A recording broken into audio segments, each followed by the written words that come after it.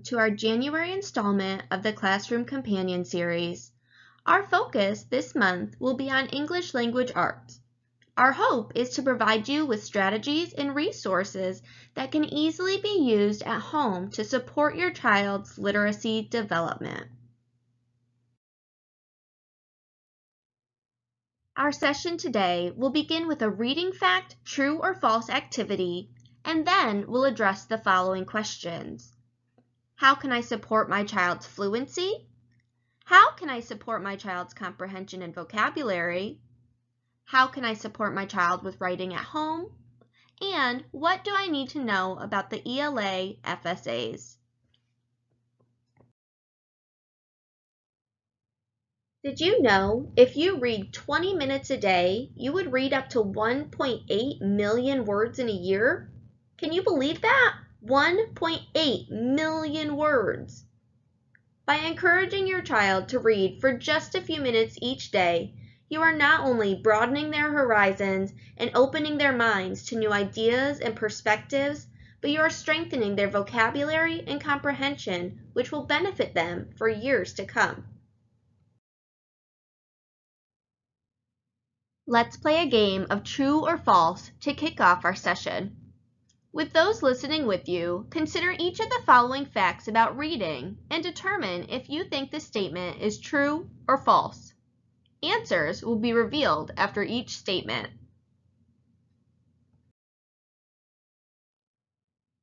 True or false? Literacy is all about reading and understanding the words.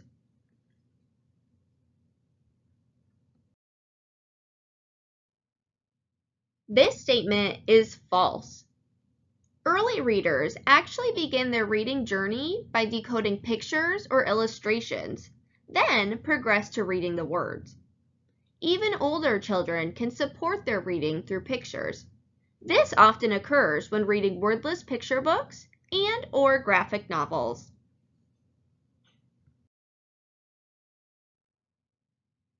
True or false? Reading can reduce stress.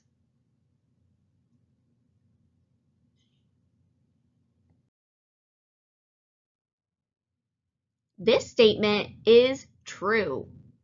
A 2009 study at the University of Sussex found that reading can reduce stress by up to 68%.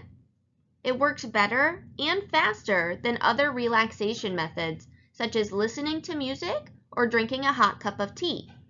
This is because your mind is invited into a literary world that is free from stressors. Reading can be a wonderful and healthy escape from the stress of everyday life. Reading can even relax your body by lowering your heart rate and easing the tension in your muscles. True or false? Reading is the fastest way to build vocabulary.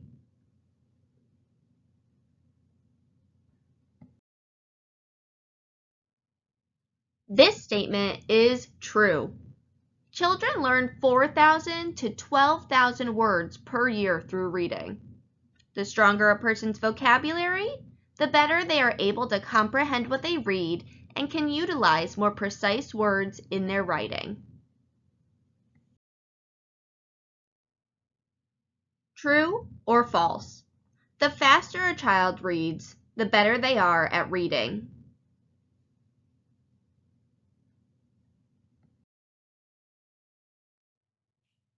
This statement is false.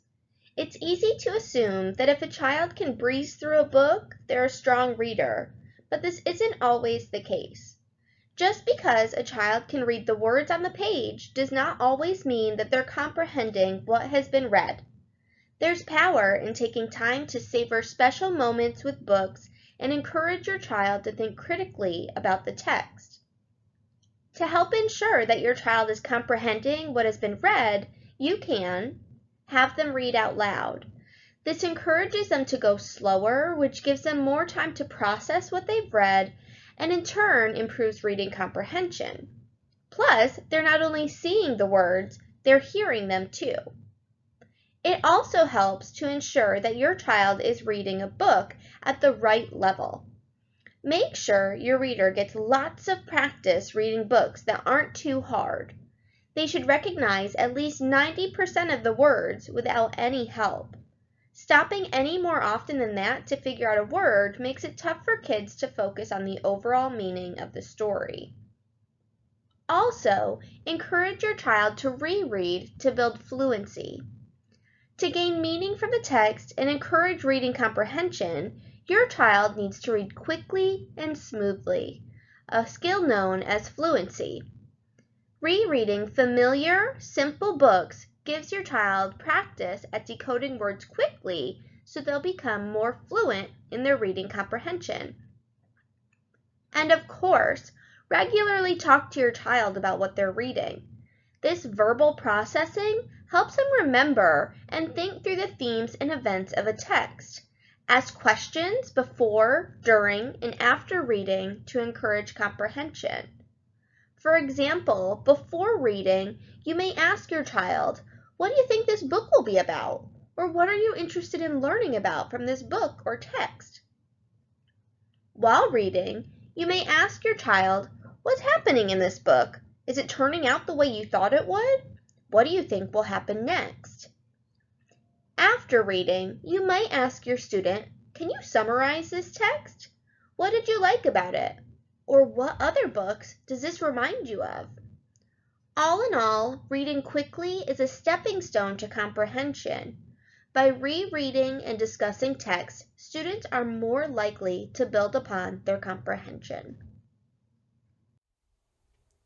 How can I support my child's fluency? What is fluency? Fluency is defined as the ability to read with speed, accuracy, and proper expression. In order for students to understand what they read, they must be able to read fluently, whether they are reading aloud or silently to themselves. When reading aloud, fluent readers read smoothly and with expression while they read.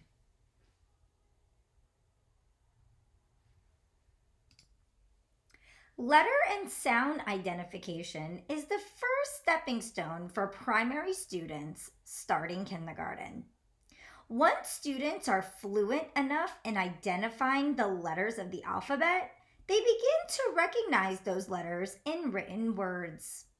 Written words, such as sight words, are words students can see and say at flash speed with no hesitation. Sometimes some sight words can be super tricky. They aren't spelled the way they sound. So it's important to encourage your child to read words that are all around them. Perhaps when you are shopping at the grocery store, play sight word spy or sight word password and place sight words on objects in your own home, such as the pantry door. When your child wants a snack, he or she must tell you the sight word password before getting that snack. Let's help the dragon read some sight words. Can. C-A-N. Can. Can we go to the park? Can. Hour. O-U-R. Hour. This is our class. Hour. So as you see, we stated the sight word, spelled the sight word, and then said it again. Once your child becomes more fluent, he or she should say these words from memory. It helps to add a sentence using the sight word so your child can begin to familiarize themselves when seeing the word in text.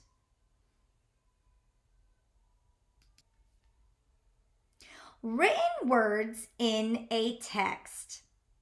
Fluent readers at this stage of development use the pictures to say unknown words, point to the words with their pointer finger, and pay really close attention to the punctuation. Texts usually have repetitive phrases to help build fluency as well. Readers should know the author is telling them to stop when they see a period. Let's practice. I can swing. Your child should simply point to each word, knowing that there are 3 words in this sentence. If your child has difficulty identifying the word swing, usually the picture will show a child swinging on a swing at the park, and they can use the picture to help solve the unknown word. I can hop. As you see, these 2 sentences have a repetitive phrase, I can. If your child comes to an unknown word like the word hop and still can't figure it out using the picture clues, encourage your child to sound out the word. Decoding can also help build fluency when reading words. Let's try one more sentence. I can play. Again, ensuring that your child is reading with fluency, be sure your child is using their pointer finger to point to each word. And remind them to pay close attention to the punctuation marks. Remind them that authors are reminding the reader to stop and take a break, a short one, before moving forward. Passage fluency. To assist students with fluency as they move up to first, second, and beyond, students begin reading longer texts such as passages to practice. Students keep track of how many words they can read in a minute correctly with an accuracy goal of 95% or higher. They are assessed more frequently in second grade and beyond to ensure students are not only becoming fluent at identifying words in a text, but are ready to understand what they are reading as well. How can you help at home? One way you can help at home is helping your child select just right books. If your child is struggling to read up to 5 words on a page, it's suggested to read that book to your child until he or she develops more reading skills. Another way to help your child at home is to listen to books every day. We have 2 awesome online resources that are available to you right at your fingertips. 1, getepic.com, and 2, Storyline Online. You are bound to enjoy both. Another way to help your child is to quarterly read with your child. Designate about 15-20 minutes a day in a quiet spot in your home, eliminating all the distractions, shutting off that cell phone, and enjoying the time with your child to read. You can either quarterly read together or echo read. Echo reading is when you are modeling what a fluent reader sounds like, and your child repeats exactly the same thing with the exact same expression as you. This will definitely help with building fluency for your child. Practice, practice, practice. Another way to help your child is to have your child practice reading the same list of words phrases, or short passages several times a week.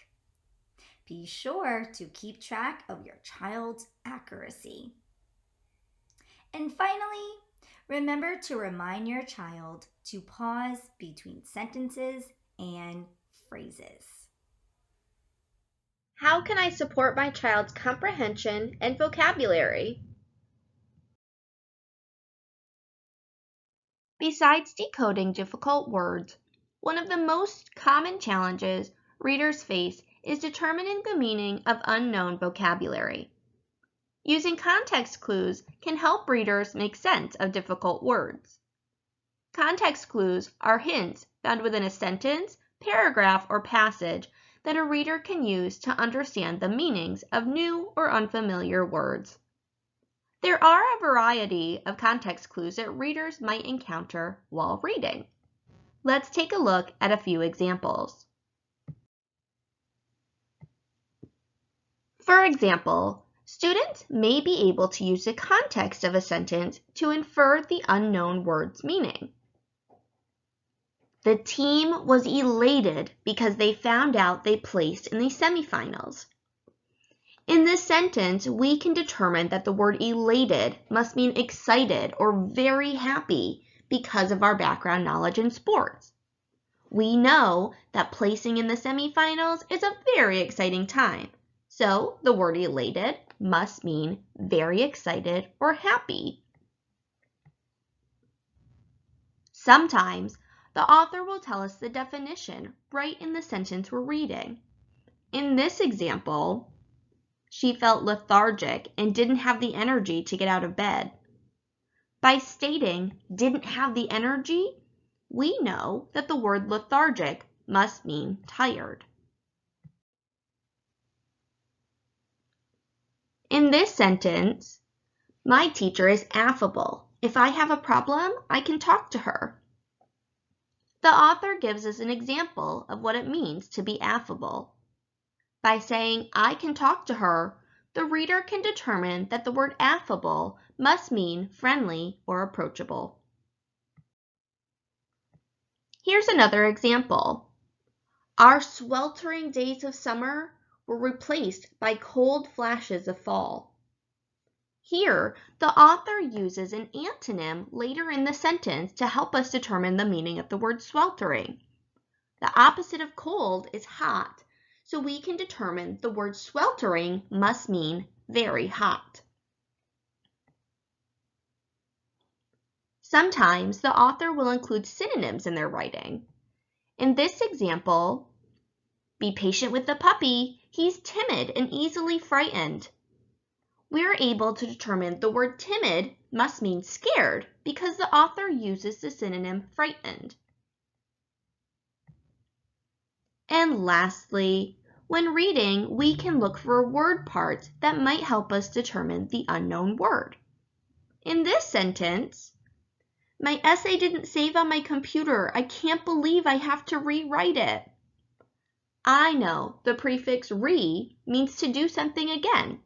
So to rewrite must mean to write it over again. Learning the meaning of a word through its use in a sentence or paragraph is the most practical way to build vocabulary, since a dictionary is not always available when a reader encounters an unknown word. Next time your child is reading and asks what a word means, before telling them the answer, prompt them to use their context clues. In addition to using context clues, one of the best ways to enhance reading comprehension is to annotate the text while reading. This is also sometimes called text marking, coding the text, or reading with a pencil.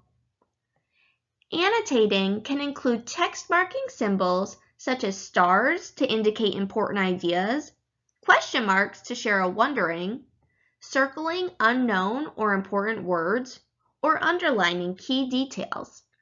We also encourage our students to share jot thoughts in the margin to share what's going on through their reader's mind while they're reading. Annotating the text has a number of benefits. It helps the reader to stay focused while reading. It allows the reader to process what the text means while they're reading it, and it also provides a point of reference for when they return to the text later on. We have reviewed common text marking symbols, such as underlining, stars, circling important words, question marks, and exclamation points. But what does annotating really look like? Follow along with me while we read this text and practice annotating while we read.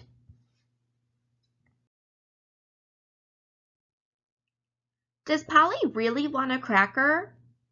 Parrots make a lot of noise, and many of them seem to speak. They might say things like, I love you, or Polly want a cracker, but are these parrots really talking? This makes me think of my aunt. She has a parrot, and every time I visit and walk by, the parrot always says, pretty bird. I'm going to annotate this with an exclamation point and my jot thought.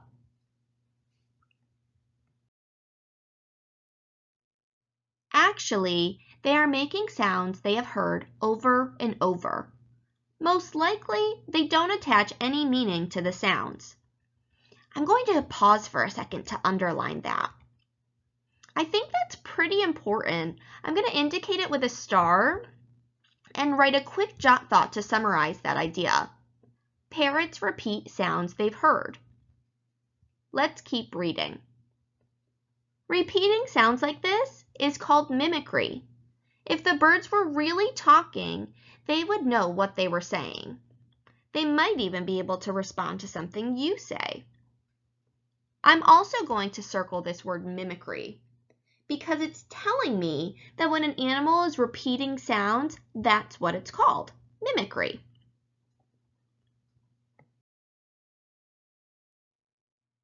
When humans make words, we use muscles in our throats called vocal cords.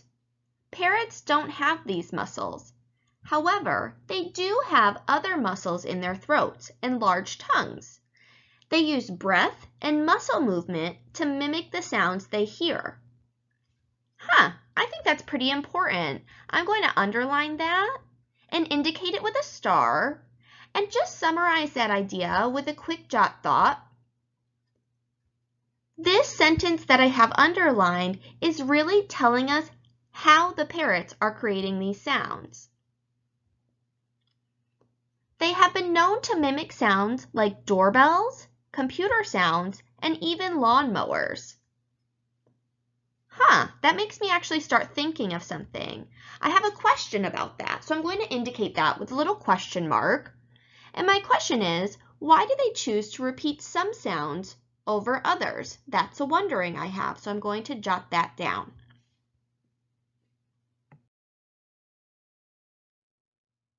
So why do they do it?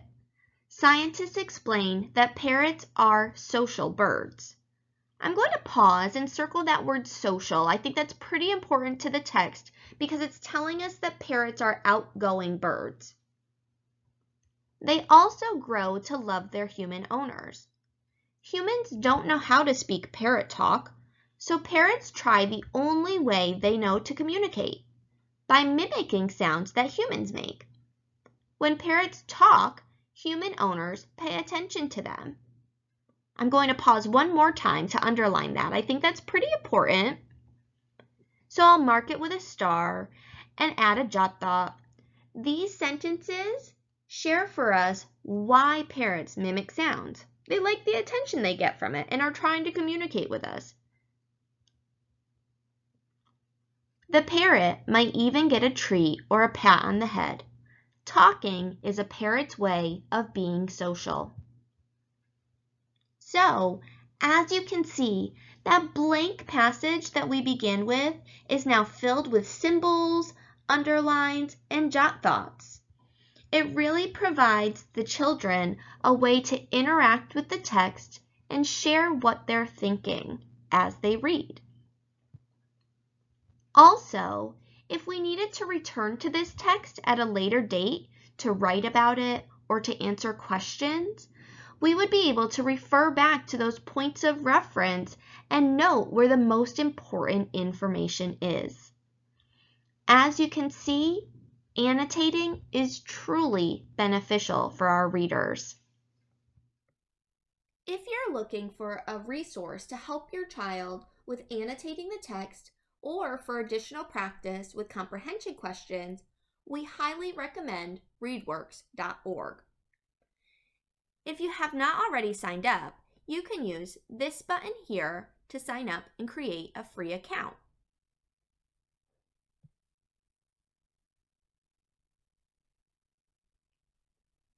Once logged in, you will use the Find Content tab to search for high-interest articles and passages for your child.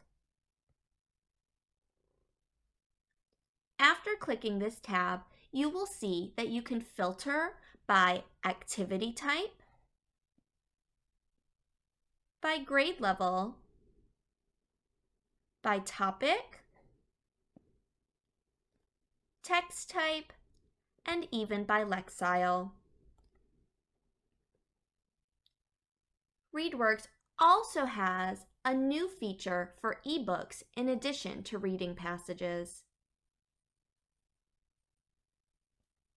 After filtering by grade level, text type, lexile, you can select any of the following passages that interest your child. After selecting a passage, you will see the option to interact with this text electronically.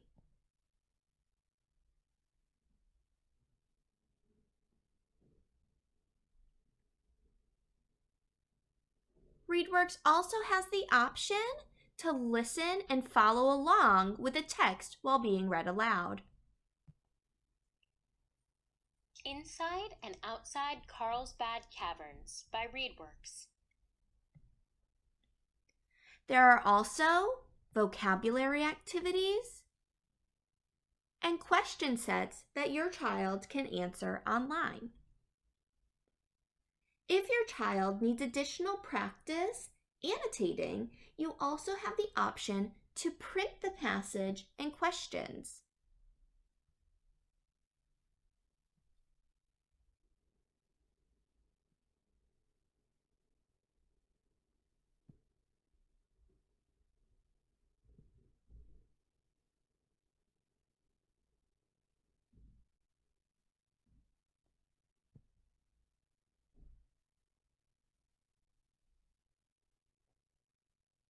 By printing these questions, your student will also have the opportunity to practice test-taking skills to help them prepare for FSA.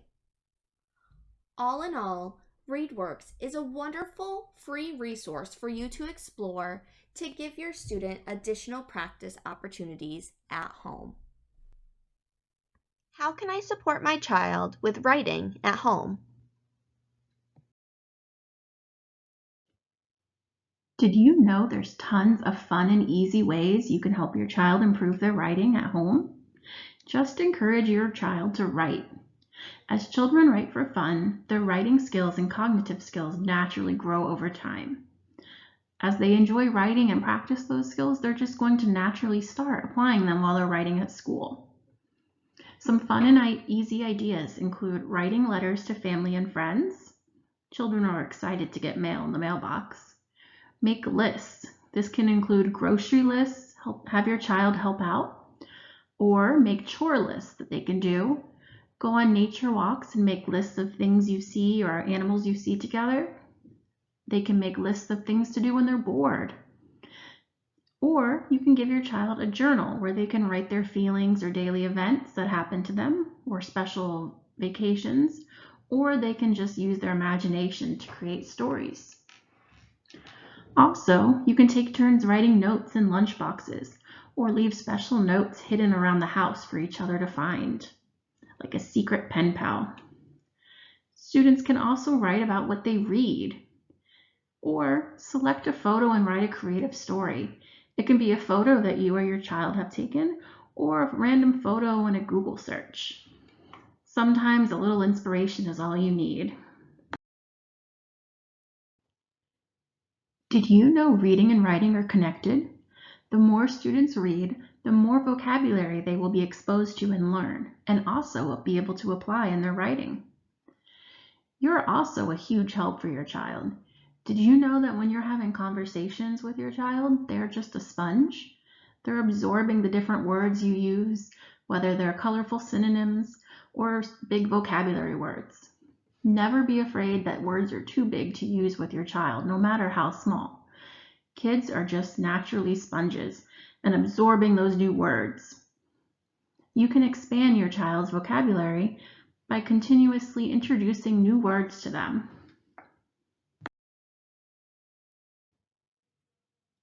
To help your child expand their vocabulary and learn new words, you can have them create a journal of more colorful words or a thesaurus. They can create that from a basic journal, or you can print one from the computer, whatever works for you and your child.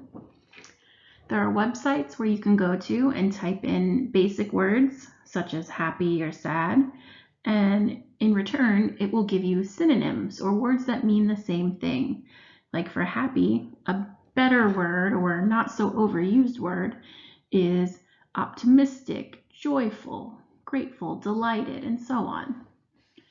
So these grow our students' vocabulary so that when they're reading, they understand these words, and also when they're writing, using these words can step up their writing and make it more interesting. A great resource for finding colorful words is www.wordhippo.com. It's a very user-friendly website, and some of our students already use it here at Pointe, depending on their teacher. All you have to do is type in your basic words, click Find It, and then dozens of more colorful words and synonyms will pop up. And then your child can choose to replace small with the better or more fancy option. Typically the words that we want the students to replace are overused. Words like big, small, little, happy, sad, and then they can find bigger or fancier or million-dollar words, as some teachers call them. Also, if you look at the top of the screen, there's also a few other tabs you can click on to explore. There's antonyms, definitions, rhymes, sentences, translations, word forms, pronunciations, so feel free to explore. Another important skill that you can help with at home is elaboration. Elaboration is where students explain and justify their thinking. Typically, this is after they have read a passage and have to answer a writing prompt where they have to pick evidence from the passage to explain and prove their point. Elaboration is one of the hardest skills for children and takes lots of practice to get the hang of it. If you can do any of these activities at home with your child, it will greatly benefit them in the classroom. Some of these activities include, after reading of any sort, ask your child why they think an event happened, or to describe the character, what they think will happen next, etc. Basically any open-ended question, not a yes or no, but questions that require them to think and explain their reasoning. Also, you can give your child a basic sentence, such as the dog ran, and then have them answer who, what, where, when, why, how, to make a stronger sentence or two. So they might turn that into the large brown golden retriever ran fast around the backyard chasing a green squeaky ball.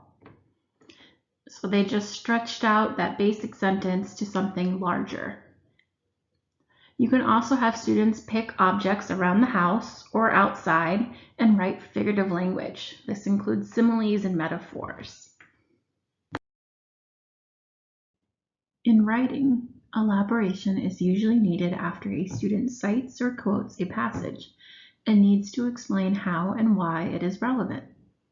In daily conversations or while writing, have students practice elaborating by using starters such as, "This is important because," "For example," "This matters because," to further explain, "This means."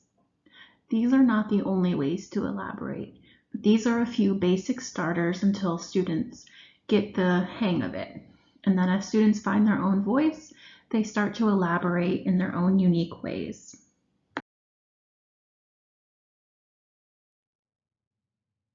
What do I need to know about the ELA FSAs? This year, our students in grades 3 through 8 will take Florida Standards Assessments in English Language Arts. Please see the table here, which outlines how your student takes each FSA, whether computer or paper-based, and the amount of time allotted for each session.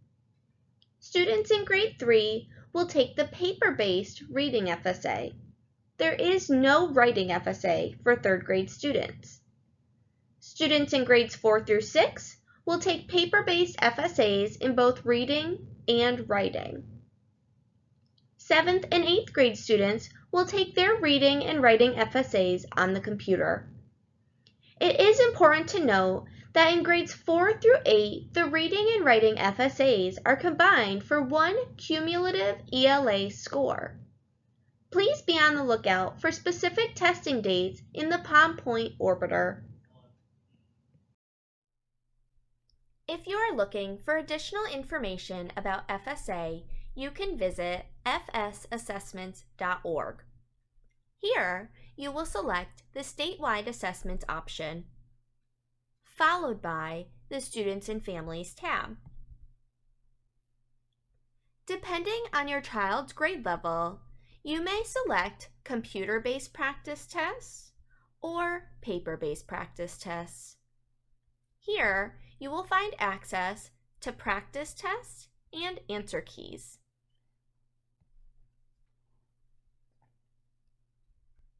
You may choose the grade level and subject area you are interested in viewing.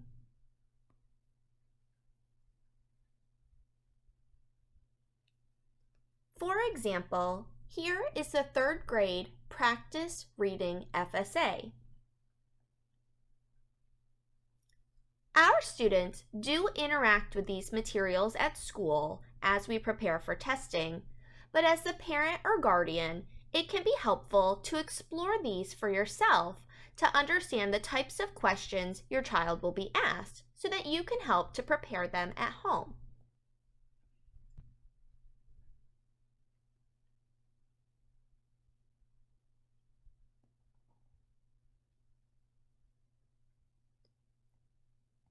Under our previous tab, you will find PowerPoints with tips for taking both paper-based and computer-based tests.